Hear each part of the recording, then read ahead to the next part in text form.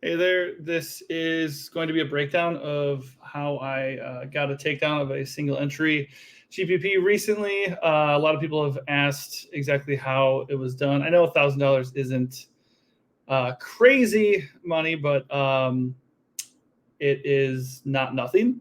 I think a lot of people would want to know how to win a Millie Maker or how to win $100,000 or whatever, a huge tournament. The problem is not everybody can afford to max enter those contests, and that's kind of what you need to do to give yourself a realistic shot. And then also you still need to get incredibly lucky.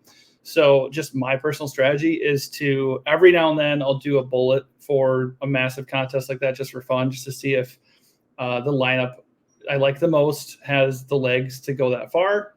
And naturally, that's that's never the case. But my process is usually playing single entry tournaments. You're going up against fewer people.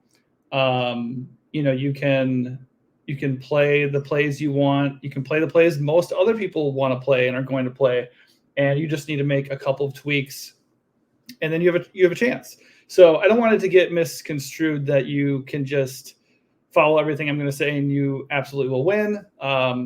Every single slate is different.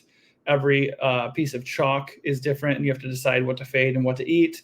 And then you have to make the right adjustments, and you have to get a little bit lucky. So I definitely got a little bit lucky. There's no doubt about it. Specifically on this slate, I played Luka, who was 38%. He was pretty chalky. And Giannis was a monster on this slate. So did I get a little bit lucky that I got first place when I used Luka instead of Giannis? Maybe. So there's that. So I just wanted to go over my process just so anybody who's watching our channel, the DFS build, it's all about process and sticking to the best practices and playing contests that are more likely to allow you to cash or have a shot at a takedown like this, and just do the right things consistently. So when it's done, and even if you lose, you can say, okay, my process was good. So the first thing I think for me is I just look over the slate. I look at the Vegas odds. I look at the games that are most inviting with high totals and tight spreads. I look at the player salaries. I look at the injury report to see what players are going to get a boost with people out. Then I look at a lineup optimizer. I think having a lineup optimizer is crucial to giving you any chance, no matter what contest you enter. So the one I'm using right now is actually DFS Hero, and you can click the link in the video description underneath this video to get 15% off and use it yourself and see if it can help you get a takedown too. But there's a lot of different things you can do with these tools, but I'm going to keep it pretty simple here and just say, if you're going to be serious or want a chance at consistently winning, you need some kind of tool for a variety of things. Number one, you need some idea of what player ownership is going to be. It's not an exact science. Things change very quickly. Sometimes you'll go into a slate and think, okay, Luka Doncic is not going to be that owned. He's only going to be 15% owned on this slate. But then you go into a single entry and he's double, maybe triple owned. So it's not an exact science, but you do want to have some idea as far as who the chalk is, so you can make decisions on what core plays you need to have and who you might want to fade. Another thing is player projections. You can do your own player projections if you want, but having a lineup optimizer and a tool that just does the work for you, so you can go into the slate with basically everything accounted for you already, like player points per minute, the matchup, the pace, the game total, everything's accounted for. The minutes are projected for you, and you can feel pretty comfortable that the median projection that they're giving you is roughly what you can expect for the price you're paying. Now, obviously, you want the ceiling, and you also want guys who aren't going to have like crazy low floors, ideally. But like I said, each slate is different, so each slate will dictate you doing different things.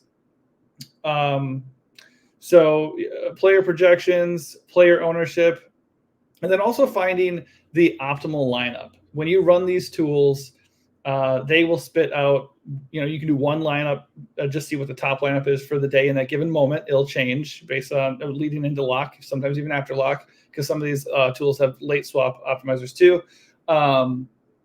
But it'll show you what the best, most optimal lineup is.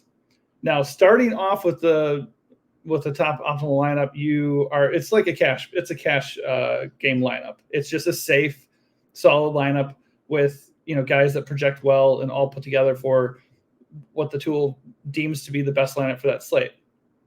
And I like to run it numerous times and leading up until lock to the point where it meshes with what I already thought going into the slate. And then I make decisions on chalk in that optimal lineup that I don't like. Because, I mean, the optimal lineup and the tools are only going to get you so far. You can just push whatever it spits out. You can just push it in and let it do its thing and not make many tweaks to it, and you can still win that way. But if you want to get takedowns, I think you do need to put a little bit of your own personality in to what you're doing. So tools are very important. Paying attention to all those things I said, very, very important. I don't think you're going to win consistently without doing those things. So that's bare minimum. I would start there. Now, as for the specific build for me, a lot of the lineup optimizers, definitely DFS Hero, loved Miles Turner, loved Wemby, loved Luka. I mean, what tool doesn't love Luka on every single slate, right? Denny Avdia was popping. Once you refreshed and it got closer to lineup lock, Trey Mann looked really good. So I was feeling pretty confident about what it was giving me initially. So I ate the Trey Mann chalk.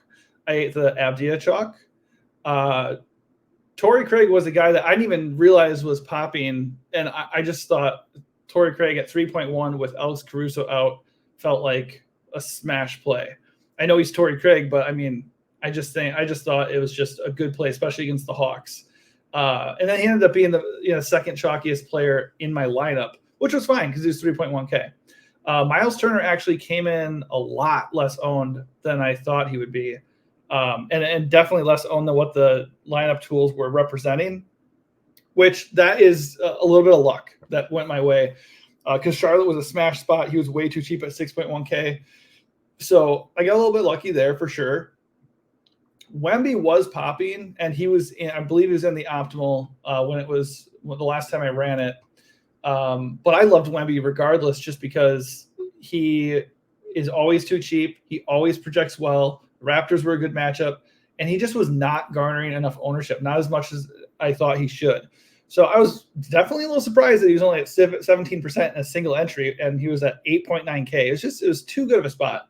And obviously I got lucky because he got 78 fantasy points. That's more than he's gotten, I'm pretty sure, all year. So there absolutely is an element of luck to it that you just have to embrace and accept. And, variance was on my side in this particular instance. But, I mean, Mann, Craig, Avdia, Turner, Wemby, Luka, they were good plays. So it's about listening to the lineup optimizer, looking at ownership discrepancies, and making those decisions. I think the one that stood out the most that I benefited from was Ayo Dosunmu. Again, got a little lucky here.